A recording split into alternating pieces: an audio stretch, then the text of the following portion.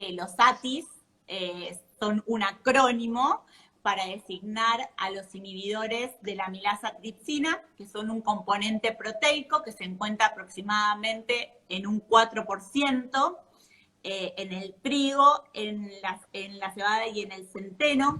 Son una familia de aproximadamente 17 proteínas de bajo peso molecular y tienen ¿sí? una injerencia, son enzimas, ¿sí? Por lo tanto, lo que hacen es generar resistencia a la digestión en determinados nutrientes por un lado, por otro lado también se observó que liberan citoquinas proinflamatorias en celíacos y en no celíacos, por eso se las relaciona ¿sí? mucho con la sensibilidad al gluten no celíaca, porque en la sensibilidad al gluten no celíaca se habla de una respuesta innata, pero creo que acá una de las funciones principales que tiene, que podemos compartir con Alex, es que actúan como defensa contra plagas y parásitos al inhibir sus enzimas digestivas. Eso creo que me parece que es importante respecto también a la manipulación del trigo. Y lógicamente regulan lo que es la transformación del almidón en azúcares, ¿sí? Inhiben la acción de estas dos enzimas, de la amilasa, que se encarga de transformar el almidón en azúcares, y de la tripsina, que lo que hace es romper los péptidos de las proteínas, por lo cual en la evidencia científica y en los estudios de fase 1 y casi 2, ¿sí? ya se está viendo más la relación de la sensibilidad al gluten con los ATIs y no con los fructanos y no con el gluten dentro de lo que es la sensibilidad al trigo o al gluten no celíaca. Bien, ya me contestaste la siguiente pregunta que te tenía formulada ya, que justamente probablemente los ATI sean los responsables de la sensibilidad al gluten y muchos otros síntomas que lo veo a Alex con muchas ganas de hablar, Sí, pero No, probablemente yo iba a es, decir recién cuando decía los ATIS sean, y yo iba a decir, porque no sabemos cocinar, tenemos lo que tenemos, digamos, ¿no? bueno, sí, Porque, sí, bueno, te voy si a digo dar pie, te voy a eso, dar me pie, salteo todo lo otro, te que voy a es dar pie. el alimento que está llegando a la cocina de cada ser humano, más allá de que no están cocinando, no tiene nada que ver con lo que era antes. Entonces son muchas etapas, pero ya cuando llegue, si es el momento ahora, las explico, y si No, no, no, todavía ustedes no, todavía dirán, no, todavía no.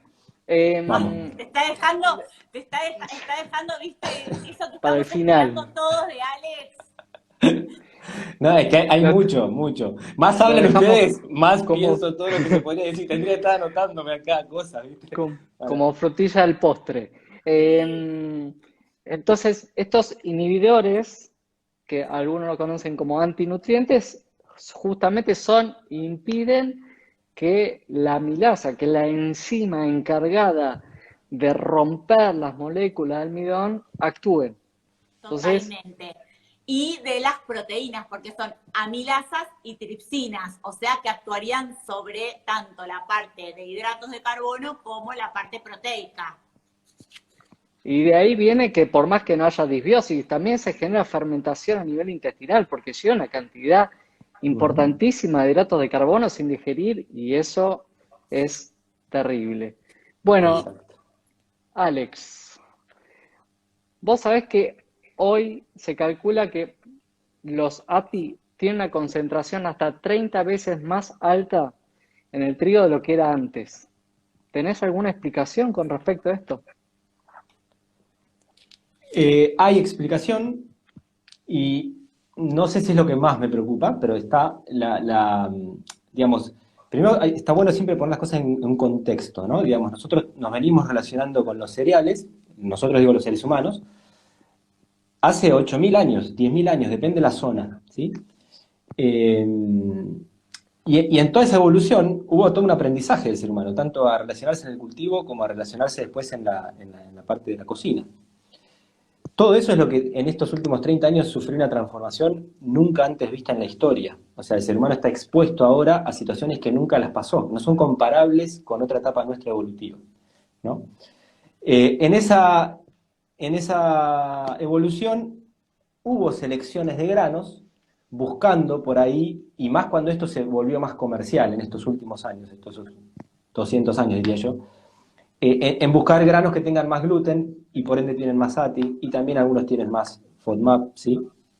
Buscando más esponjosidad. De hecho, en muchos países, por ejemplo, el centeno era el cereal principal y fue desplazado por el trigo, ¿sí? O sea, el centeno era el pan nutritivo y el trigo era el alimento de fiesta, el que se hacían las cosas dulces de vez en cuando. Y esa tendencia fue reemplazada, fue sustituida, ¿no? Y mucho de eso tiene que ver con mucha de lo que vivimos hoy actualmente en la humanidad, de los costos, de lo que más rinde, de lo que más gusta, de lo que más se vende y un montón de cosas que están asociadas a ese tipo de pensamiento, ¿no? Pero lo cierto es que el trigo que hoy tenemos cambió muchísimo a lo que era antes, ¿sí? Pero dentro de eso, yo siempre hablo de tres fases en las cuales yo veo diferencias abismales a lo que era y lo que es, o por lo menos lo que es a nivel masivo, industrial y que lo que la mayor parte come, ¿no? Porque digo, hay otras variantes que después podemos hablar de eso, ¿sí? Pero ya en tierra, ¿sí? Hoy cambió la forma de cultivar a gran escala, lo que lleva a la mayor parte de la población, ¿no? Entonces hoy se trabaja con una cantidad enorme de agrotóxicos, ¿sí? Entonces tenemos un trigo que está recontra fumigado, ¿sí? Ni hablemos del posible trigo transgénico que pueden incorporar en Argentina, pues eso ya sería una demencia, ¿no? Pero sin llegar a eso ya estamos en un estado tremendo, ¿sí? Entonces, digo, tenemos que empezar a pensar en estas historias clínicas de patologías inflamatorias, ¿sí? ¿Qué efecto tiene el glifosato sobre la microbiota? Cuando hay estudios sobre ratones que muestran que lo deshacen la microbiota, ¿no? Y tantos otros plaguicidas. Entonces, porque partimos de ahí. Digo, cuando miramos al gluten o a los ATIs o a quien sea, también tenemos que incluir ese análisis, ¿sí? Entonces el trigo hoy llega en cultivo con un montón de plaguicidas, ¿sí? Eso ahí empieza, esa locura empieza. De ahí pasamos al almacenamiento, a los silos o los silobolsas, ¿sí? Donde hay, ustedes esto lo pueden googlear, ¿sí? O sea, para confirmarlo, digo, ustedes googlean en cualquier página de las empresas que se dedican a la agricultura y van a ver que hay una cantidad de fungicidas para los granos cuando están almacenados, ¿sí? Busquen fosfuro de aluminio, por ejemplo, ¿sí? Es tremendo. Se usa para controlar gorgojos, por ejemplo, ¿sí? Y para cada una de las posibles plagas hay un cóctel de agrotóxicos, ¿sí? Que se usan los silos. Eso llega al plato nuestro, ¿sí?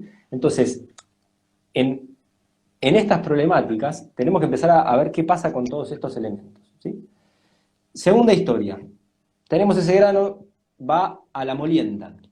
La molienda también cambió, y no para bien, ¿sí? ¿Cambió para qué? Para hacerse más rápido, para bajar los costos, los tiempos y toda esa historia, ¿sí? La molienda antiguamente era siempre a piedra.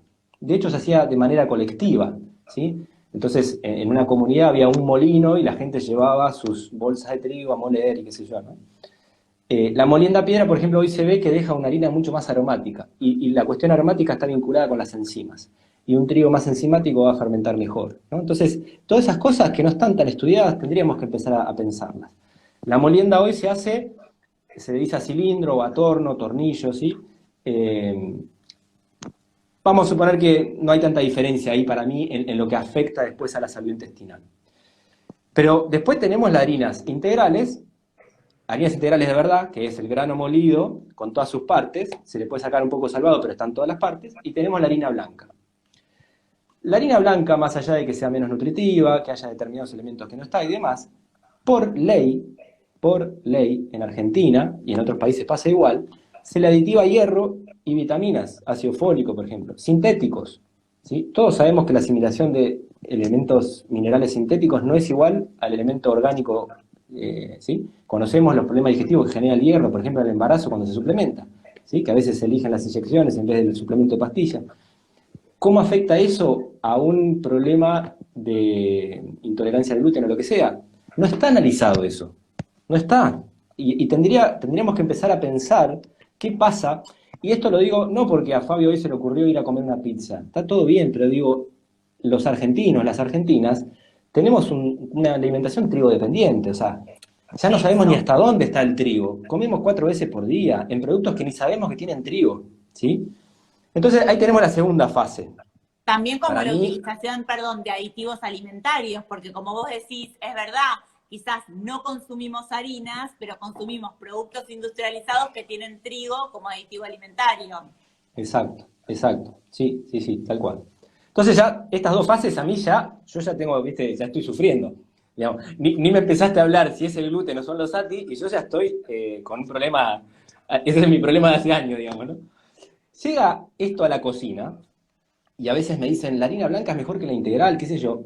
Bueno, yo lo primero que te diría es, buscate algo que no haya pasado por esos procesos. Buscate una harina agroecológica, aunque sea blanca, refinada, que no esté aditivada con minerales sintéticos y demás, ¿sí? Que no tenga todos estos agrotóxicos encima.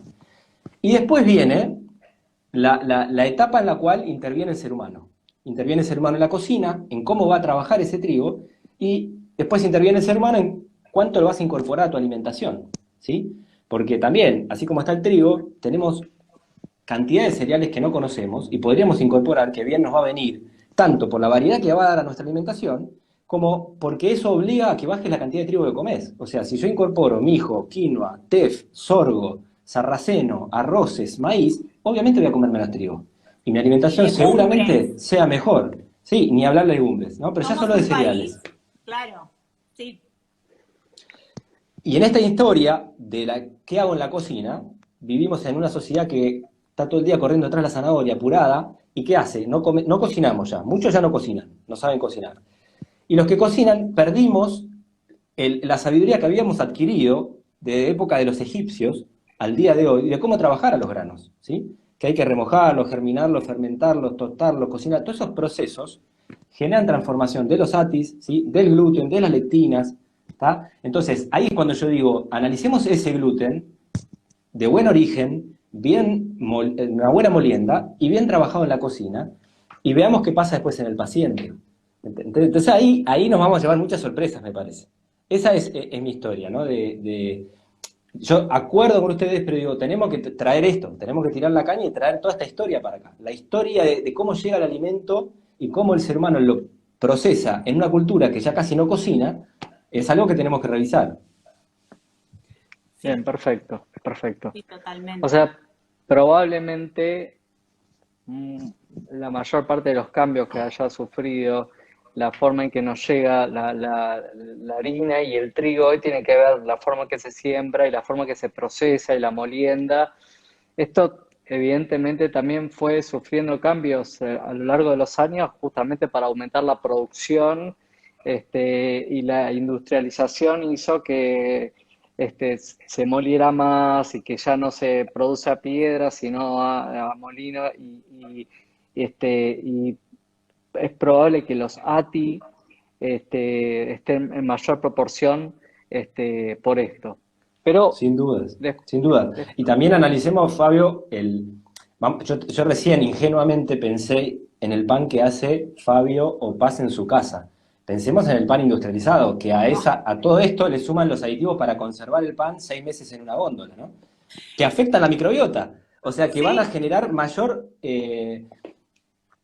predisposición a que cualquier elemento genere permeabilidad intestinal o lo que sea, ¿no? y justo es lo que te iba a preguntar, porque hablamos de todo, o sea, nosotros empezamos hablando del grano, como grano en sí, y el principio iba por otro lado, que lo dejamos como la frutilla del postre, pero claro, no es lo mismo que llegue la harina a nuestra casa a que llegue este producto para consumir, porque viene harina que como vos decís, no sabemos qué es directamente, acompañada con azúcares simples, grasas saturadas, glutamato monosódico, aditivos alimentarios. Entonces, eso también genera, ¿sí?, una necesidad de seguir consumiendo ese tipo de alimentos y como vos decís, somos una población gluten no, trigo dependiente, teniendo un montón de harinas, ¿sí?, que las desconocemos por haber estado tantos años sumergidos en el mundo del trigo y hoy creo que tiene que haber mucha educación alimentaria, ¿sí?, sobre el sorgo, sobre el mijo, sobre el trigo, sobre los pseudocereales, trigo sarraceno, amaranto, quinoa, también por más de que no sean cereales, las legumbres, las harinas de los frutos secos, de semillas. Creo que lógicamente cada uno con el procesamiento más natural, ¿sí?, y más inocuo posible, pero tenemos que empezar a dar esa visibilidad, que no somos trigo en esta población?